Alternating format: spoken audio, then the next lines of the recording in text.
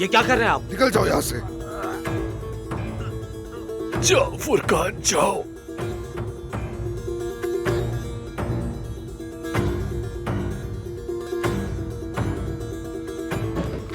अब्बास तबीर खान, तुम आदमी नहीं शैतान हो शैतान। तुम इस दुनिया में बस बुराई फैलाने आए हो।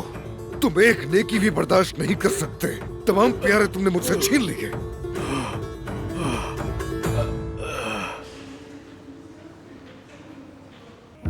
खुदा की कसम अगर मैं तुम्हें मार दूं ना तो भी मैं गुनाहगार नहीं होऊंगा, बल्कि कितने मासूमों का भला होगा। अगर मैं तुम्हें भी मार दूं तो फिर ये उन सब मासूमों का बदला होगा जिन्हें तुमने बेरहमी से मार दिया। मगर मैं तुम्हें अभी नहीं मारूंगा। तुम्हें तो अभी मैं जिंदा रखना चाहता हूं अब्बास।